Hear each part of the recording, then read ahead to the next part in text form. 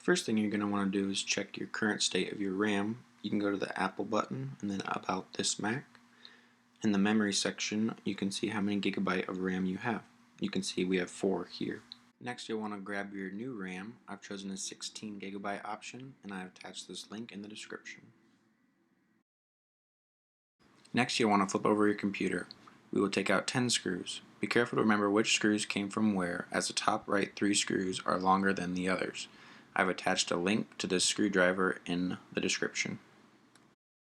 Next, for safety purposes, we will disconnect the battery.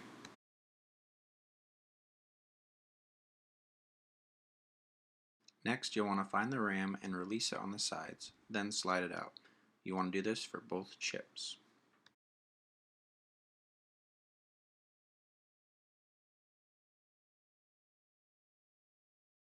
Next, you'll want to insert your new RAM chips and lock them into place.